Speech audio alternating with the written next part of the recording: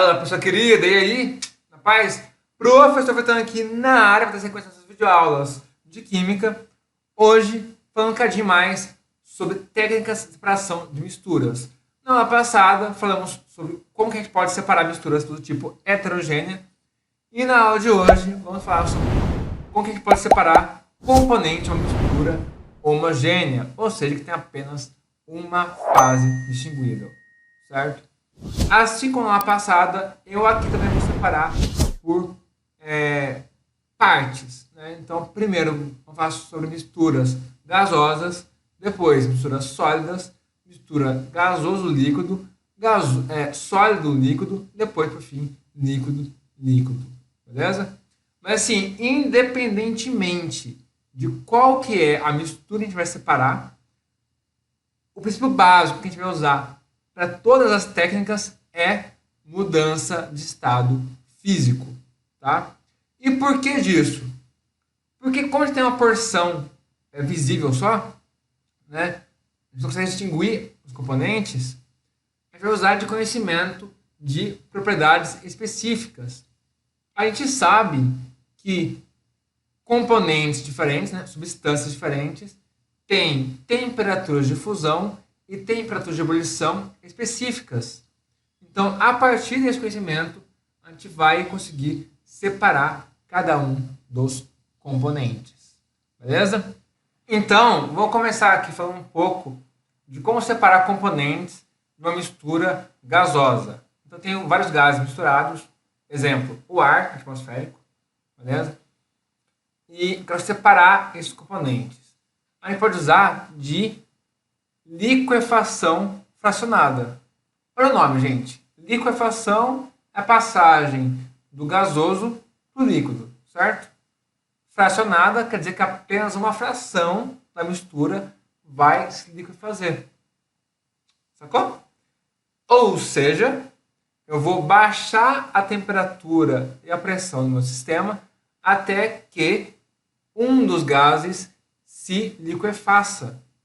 E aí eu vou separar esse líquido aí em um recipiente e vou continuar baixando a temperatura e a pressão do meu sistema.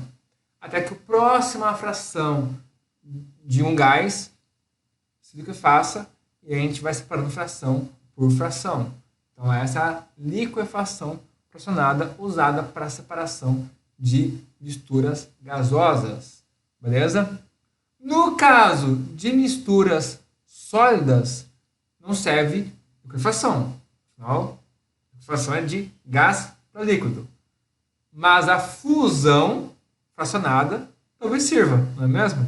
Afinal de contas, a fusão é passagem do sólido para o líquido. Então, assim, eu vou aquecer o meu sistema até que uns componentes do meu sistema, né, da minha mistura, entre em fusão e passe a ser líquido. Então, eu vou ter um componente líquido e o restante sólido. Eu separo o líquido e os sólidos eu continuo aquecendo. E fração por fração, eu vou separando os componentes sólidos um a um. Então, essa é a fusão fracionada, que serve muito bem para misturas homogêneas sólidas. Beleza? Separação de mistura gás com líquido, gente, é só aquecer, tá? Só aquecer. Pensa em qualquer refrigerante. Refrigerantes, foi o quê? Bom, se você deixar gelado, né, o gás ele demora a sair, certo? Se você deixa o refri quente, então o gás sai mais rápido. Então é só aquecer, você separa o gás do líquido. Beleza? Isso aí nem é uma técnica, mas a gente adiciona aqui. Beleza? Mas vamos lá. Seguindo aqui, vamos falar da mistura sólido com líquido. Tá? Sólido com líquido, eu tenho duas técnicas possíveis. Em uma das técnicas, eu não me preocupo com o líquido. Tanto faz perder o líquido ou não. Para mim é diferente e tá de boa. Porém, se eu quero preservar o líquido, né, para usar ele depois, tem uma outra técnica que a gente pode utilizar. Tá? Quais são essas duas técnicas que usa para separar sólido de líquido? Bom, a primeira é a evaporação. Evaporação nada mais é do que você deixar evaporar. É isso. Pega a mistura, coloca no recipiente e deixa evaporar o líquido. Ponto.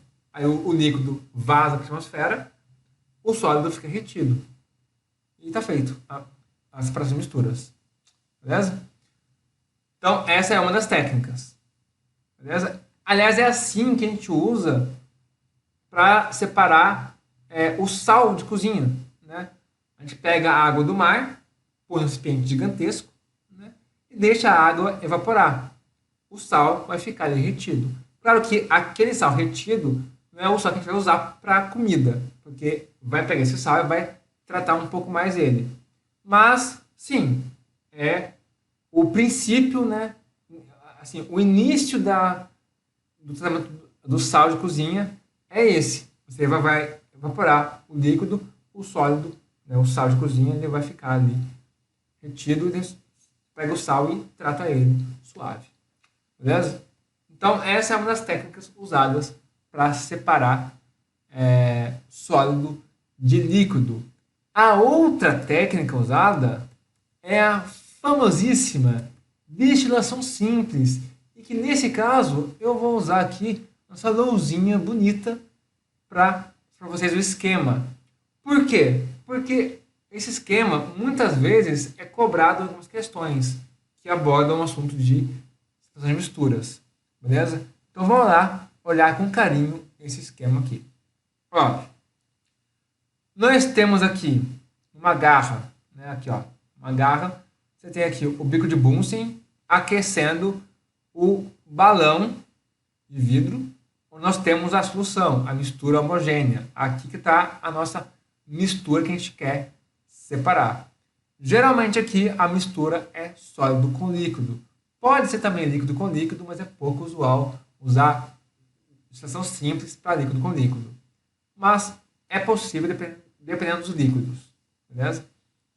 Mas enfim, aqui geralmente é sólido com líquido. Você vai aquecer a mistura e o que acontece é que a temperatura de ebulição do líquido geralmente ela é menor que a temperatura de fusão do sólido. Então, ao aquecer a mistura, o líquido vai acabar ebulindo, vai virar vapor. E aí, ao virar vapor, ele vai subir aqui, ó, pelo vaso, né, pelo balão. Aqui, ó, tem uma rolha, ou seja, vai estar vedado aqui. O vapor não vai passar por aqui. O caminho possível para ele é aqui, ó, onde vai encontrar o condensador.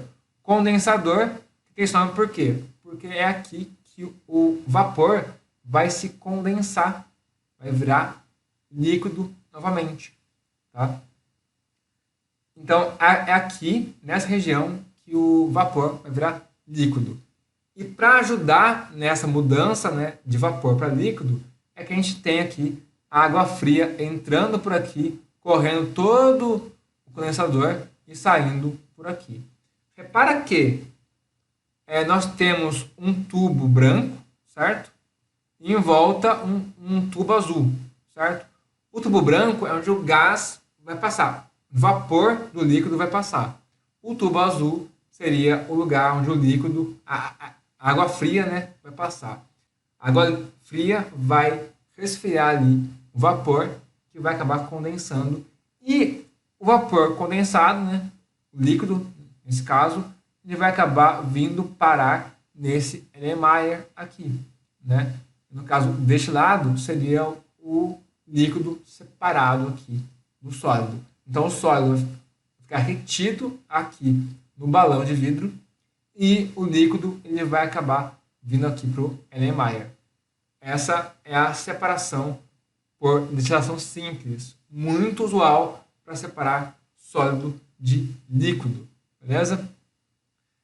Líquido com líquido não é tão usual usar destilação simples, porém, se a temperatura de ebulição dos líquidos for muito diferente, tipo, sei lá, vamos chutar aqui, tem um líquido que entra em ebulição a 50 graus Celsius e o outro a 250 graus Celsius. Beleza, neste caso você pode usar de destilação simples, né? Porque a diferença de ebulição, né, de um líquido para o outro é muito alta, é muito discrepante. E aí você pode usar a destilação simples. Porém, o mais comum é que a temperatura de ebulição dos líquidos sejam próximas umas da outra. Exemplo, álcool com água. O álcool entra em ebulição a 78 graus Celsius. A água a 100 graus Celsius. E aí, usar destilação simples não vai funcionar. Por quê? O álcool vai entrar em ebulição primeiro, beleza. Só que junto com o álcool vem também uma porção de água. E aí a porção de água vai também vir para o Erlenmeyer, se for usado destilação simples. Então, não é a técnica mais adequada para separar líquido de líquido quando as ebulições são próximas uma da outra. Beleza? Porque você vai acabar tendo uma mistura também ali no Erlenmeyer. O que não é legal, não é a ideia de técnica de separação de misturas. Não é mesmo? É mesmo. Para misturas líquido-líquido, onde nós temos ebulições próximas, o mais comum é você usar de destilação fracionada. Beleza? Repara que a ideia geral ela é a mesma. Você tem aqui uma mistura líquida, homogênea, sendo aquecida, certo? Você tem aqui o balão de vidro com a mistura líquida. Você tem aqui, olha, um condensador, que vai ter também a água fria passando em volta dele, bonitinho. Aqui, no condensador, o líquido, o vapor vai virar líquido e vai acabar caindo aqui no becker, ou seja, o princípio é o mesmo. Qual que é a grande diferença? A diferença é que na destilação fracionada nós temos a coluna de fracionamento. Qual que é a função dessa coluna de fracionamento? É servir de obstáculo para o líquido que tem maior temperatura de ebulição. Então, nesse caso aqui, exemplo, né? Água com álcool. O álcool vai entrar em ebulição a 78 graus Celsius, certo? Uma parte da água também vai virar vapor e vai subir junto com o álcool. Só que, ao encontrar a coluna de fracionamento, né, com vários obstáculos, a água não tem energia suficiente para passar por esses obstáculos e cair ali no becker. Então, ela vai avançar um pouquinho, mas vai acabar condensando no meio do caminho ali da coluna. Vai voltar para o balão de vidro, certo? Então, a coluna de fracionamento serve como obstáculo para impedir que o outro líquido, né, também vá para o becker final, né? Então, aquece a mistura, o líquido de menor temperatura de ebulição vai entrar em ebulição, vai conseguir vencer as barreiras ali da coluna de funcionamento, certo? E vai passar pelo condensador e vai cair no becker. Já o líquido de maior temperatura de ebulição, ele vai acabar barrando, né, na coluna de funcionamento e condensando novamente no balão de vidro. Ou seja, o líquido de menor temperatura de ebulição vai vir aqui para o becker, ele vai entrar em ebulição primeiro e vai vir aqui para o becker, beleza? E o de maior temperatura de ebulição vai acabar ficando ali no balão de vidro. Assim a gente separa os componentes de uma mistura homogênea líquido-líquido, beleza? Galera, e essas aqui foram as técnicas que a gente usualmente, né, mais comumente usa para separar componentes de mistura homogênea, beleza? Se ficou alguma dúvida, questionamento, desespero, angústia, sofrimento, no âmago do ser, no seu coraçãozinho, só comentar aqui abaixo, pergunte o que quiser, que eu vou ler e responder tudo para vocês, beleza? Galera, com essa aula de hoje, nós terminamos o capítulo inicial do nosso curso de Química, né? Então, a introdução à Química a gente terminou hoje, com essa aula aqui, beleza? A nossa próxima aula já vai iniciar um próximo capítulo, onde nós vamos estudar um pouco mais sobre os modelos atômicos, né? Entender um pouco mais do histórico do átomo, como que a gente chegou na estrutura que a gente já conhece hoje em dia, entendeu? Como se descobriu as partículas, tudo mais. Tudo sobre a estrutura do átomo a gente vai ver no nosso próximo capítulo. Beleza? Então, até a próxima, hein? Um abraço e fui!